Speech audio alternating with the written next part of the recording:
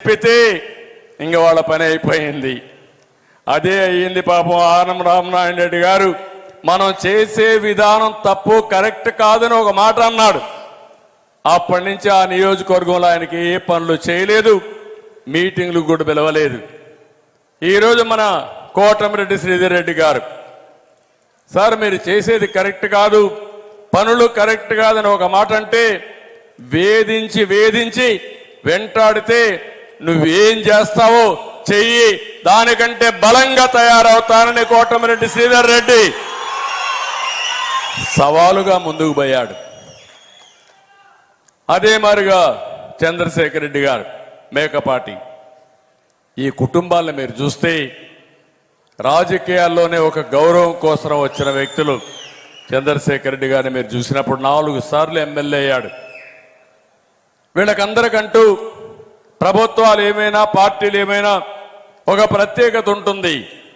అలాంటి ప్రత్యేకత ఉండే ఈ కుటుంబాల పట్ల, ఈ వ్యక్తుల పట్ల ఈ నాయకుడు ఎవరైతే ఉన్నాడో ఈ జగన్మోహన్ రెడ్డి అవలంబించిన తీరు చూస్తే చాలా బాధ. అందుకే నేను ఒకటే హామీ ఇస్తున్నా, 45 ఏళ్లుగా తెలుగుదేశం పార్టీని చూశారు. వ్యక్తుల్ని గౌరవిస్తాం, ప్రజాస్వామ్యాన్ని గౌరవిస్తాం, ప్రజాసేవకు అంకితమైన భావంతో ఎవరొచ్చినా వారిని సగౌరవంగా ఆహ్వానించే బాధ్యత తెలుగుదేశం పార్టీ తీసుకుంటుందని మరొక్కసారి మీకు అందరికీ తెలియజేస్తున్నా. అందుకే ఈరోజు వీళ్ళందరికీ మనస్ఫూర్తిగా స్వాగతం పలుకుతూ నేను ఒకటే మీ అందరినీ కోరుతున్నాను, అహంకారంతో ఇష్టానుసారంగా ఈ రాష్ట్రాన్ని విధ్వంసం చేసి రాష్ట్రాన్ని పూర్తిగా నాశనం చేసిన వ్యక్తిని ఇంటికి పంపించవలసిన బాధ్యత మన అందరిపైన ఉంది. ఇది నా ఒక్కడి కోసరం కాదు, నాకో జనసేన కోసరం కాదు, పవన్ కళ్యాణ్ గారి కోసరం కాదు, లేకపోతే వేమిరెడ్డి ప్రభాకర్ రెడ్డి గారి కోసమే కాదు, లేకపోతే చంద్రమోహన్ రెడ్డి గారి కోసమే కాదు, 5 కోట్ల రాష్ట్ర ప్రజానీకం కోసరం, భావితరాల భవిష్యత్తు కోసరం, పుట్టబోయే బిడ్డల కోసరం మీరందరూ ఆలోచించాల్సిన అవసరం ఉంది. ఇది మీ అందరి బాధ్యత. ఎందుకు నేను అడుగుతున్నానంటే ఈ మాట, మనం శాశ్వతం కాదు, సమాజం శాశ్వతం, రాష్ట్రం శాశ్వతం. రాష్ట్రం అంటే మట్టి కాదు, రాష్ట్రం అంటే మనుషులు. అలాంటి ఇంగిత జ్ఞానం లేని వ్యక్తి ముఖ్యమంత్రిగా ఉండి ఇష్టానుసారంగా చేస్తా ఉంటే ఆయన విధానం నచ్చక వాళ్ళ నేతలే పార్టీకి బై బై అంటున్నారు. కార్యకర్తలు బారిపోయే పరిస్థితికి వచ్చారు, తిరుగుబాటు చేసే పరిస్థితికి వచ్చారు.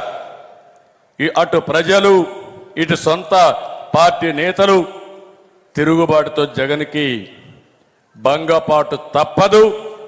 ఎవ్వరికి అనుమానం అవసరంలా 1000% చెప్తున్నా, రాబోయేది తెలుగుదేశం జనసేన ప్రభుత్వమే,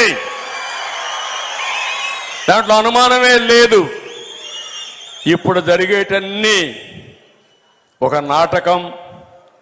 జగన్ మాటలు చూస్తుంటే అతని మాటలన్నీ ఒక బూటకం, నవ్వుతూ గొంతు కోసే రకం. అవన్నీ మీరు చూస్తే చాలా బాధేస్తుంది. మా తమ్ముళ్ళు చెప్తున్నారు, ప్రపంచంలో ఎక్కడ కూడా ఒక ముఖ్యమంత్రిని సైకో అని ముద్దుగా పిలిచిన సందర్భమే లేదు. ముద్దుగా కూడా కాదు, భయంతో కూడా పిలుస్తున్నారు. అది అటు ఇటు చూసి టకామని సైకో అంటున్నారు. మళ్ళా ఎక్కడ కేసులు పెడతారు ఈ పోలీసులని భయం. అలాంటి పరిస్థితులకు వచ్చాం. ఈరోజు వచ్చింది మీరు ఒకటేసారి గుర్తుపెట్టుకోండి, ఇది ప్రారంభం మాత్రం. ఎన్నికల నోటిఫికేషన్ వస్తానే ఉధృతమైన తిరుగుబాటు వస్తుంది. వైఎస్ఆర్ కాంగ్రెస్ నాయకుడనే అవార్డు రోడ్డు మీద తిరగాలన్నా భయపడే రోజు తొందరలోనే వస్తుంది. ఈరోజు మీరు చూస్తే ఈడ మీటింగ్ ఉందంటే దీన్ని కౌంటర్ చేయడానికి విశాఖపట్నాన్ని దోచేసిన వ్యక్తిని నెల్లూరుకు పంపిస్తున్నారు. ఇప్పుడు మళ్ళీ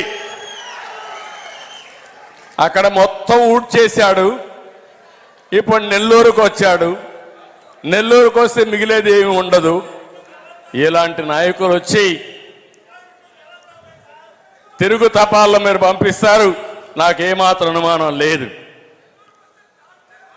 తాట తీస్తారు, నాకు తెలుసు.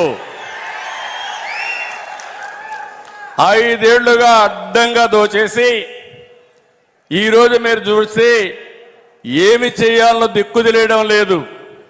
మీరు ఒక్కటి గుర్తుపెట్టుకోవాలి, అతను ఒకటే ఆలోచించాడు, నాకు ఎవ్వరూ ఎదురుండడానికి వీలు లేదు, నాకు ఏ వ్యక్తి అడ్డం మాట్లాడడానికి వీలు లేదు, ఏ మనిషి కూడా నాకు అన్యాయం జరిగిందనో ఒక్క మాట కూడా చెప్పడానికి వీలు లేదని విధంగా పోయాడు. కడాన నిన్న మొన్న చూస్తే దోచుకున్న డబ్బులతో సిద్ధం అంటూ ఎక్కడ చూసినా హోర్డింగ్సే. నాకే అర్థం కాల. నేను రాజకీయాలు 45 ఏళ్లున్నాను కానీ ఇంత విచ్చలవిడితనం నా జీవితంలో ఎప్పుడూ చూడలేదు.